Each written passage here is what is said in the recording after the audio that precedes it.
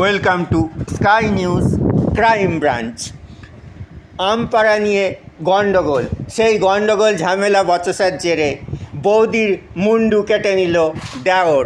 ঘটনাটি ঘটেছে বাসন্তী থানায়।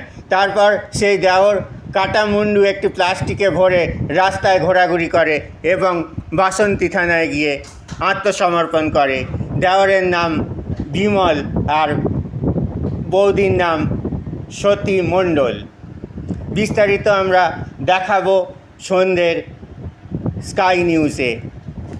স্কাই নিউজ স্যাটারডে সাসপেন্স অবশ্যই সন্ধ্যেবেলা দেখতে থাকুন।